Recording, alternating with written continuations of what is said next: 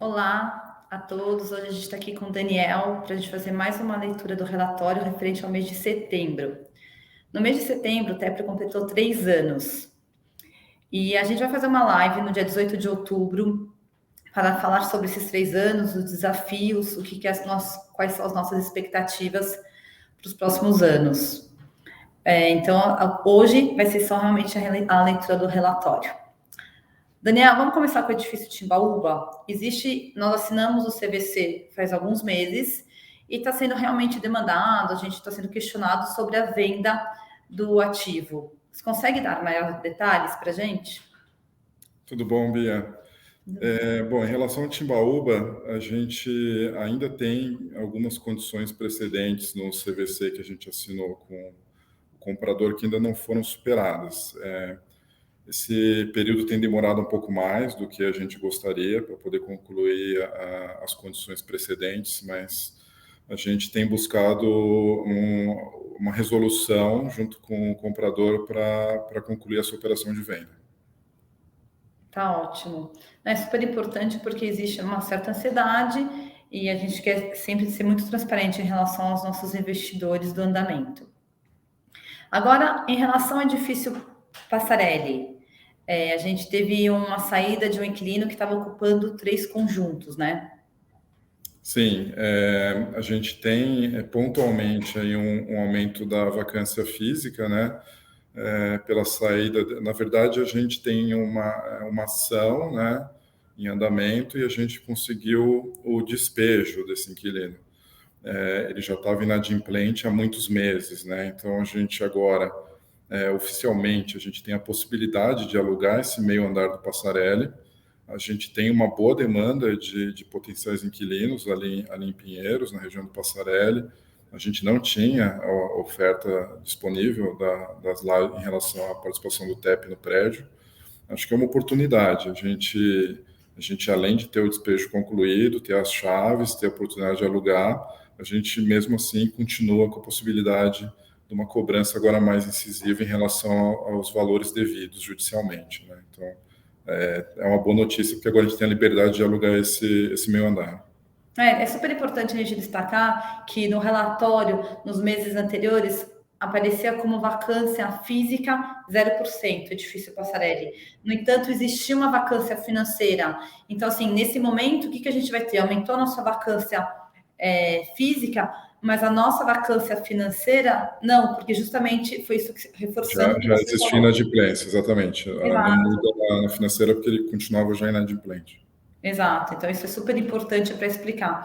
E no Torre Sul, a gente soltou no relatório que está saindo um inquilino, entrando outro. Como que foi esse processo e quais são os ganhos para o fundo? Esse caso foi um desafio da nossa área de locações aqui. A gente teve o inquilino, primeiramente, a Tivit mostrou interesse em devolver um andar, depois o outro andar, e relembrando lá atrás, era um inquilino que tinha alugado 4 andares da Torre Sul no meio da pandemia, né? Os andares eles estão todos reformados em condições excelentes, eles praticamente não utilizaram esses andares, e a gente conseguiu, de forma assertiva, uma reposição no mesmo nível, né? Uma empresa do Grupo UOL, ele está entrando em condições similares de aluguel que a gente tinha com a Tivit, com um período de carência. No entanto, a gente tem uma multa de mais de 1.200.000 para receber da Tivit dentro desse mês de outubro. Então, a gente tem uma carência de 5 meses do novo inquilino, mas uma multa que consegue suportar esse período aí de carência. Então, a gente até colocou no fato relevante que saiu, que a gente não tem efeitos nem positivos nem negativos em relação a curto prazo. E a vacância física do Torre Sul, ela fica inalterada, né? A gente conseguiu repor o inquilino dentro do período de saída do outro inquilino, né? Ótimo. E assim, só fazendo um resumo, então a gente tem vacância hoje no edifício Passarelli e no edifício Torre Sul. Os demais estão 100% locados. Daniel, você tem algum ponto que você gostaria de passar que você acha importante nesse mês de setembro?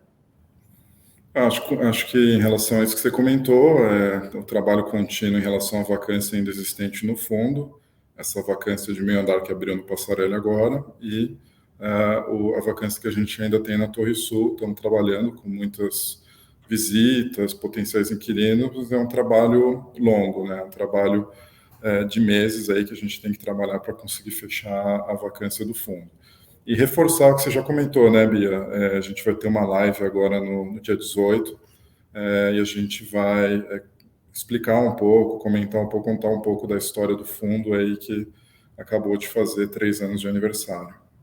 Não, sem dúvida. Eu acho super importante a gente convidar todos os investidores a participarem dessa live. A gente vai estar ao vivo, respondendo dúvidas, questionamentos, e quanto mais próximo a gente estiver, mais alinhados são os interesses de todo mundo. Daniel, você consegue passar os números de setembro para a gente, por favor? A gente manteve uma estabilidade em relação à distribuição. A gente está com 49 centavos, um yield anualizado de 7,22%. A vacância física que a gente comentou subiu um pouquinho para 7,09%, e a vacância financeira de 14,64%. Acho que é só importante também ressaltar que a gente está com um vault hoje menor, porque o contrato esse contrato novo com a UOL foi assinado dentro do mês de outubro. Então, a gente já tem a relação de vault vai mudar para mais de 5 anos, para 5,2 anos já nesse próximo relatório referente a outubro, com essa nova alocação que a gente teve, um prazo mais longo, um contrato de 10 anos, né, que a gente assinou. Não, perfeito. É só importante falar que assim, a gente está fazendo a leitura do relatório de setembro, que sai aqui no começo de outubro, o relatório. Então, essas informações da saída da Activity e entrada da UOL, nesses últimos e começo do mês se misturaram, né? Só para a gente destacar. O vault foi de 4,8 e ele vai para 5,2 anos nesse próximo mês. Não, perfeito. Gostaria só de reforçar que ri@telos.com.br a gente está à disposição para responder todas as dúvidas do fundo.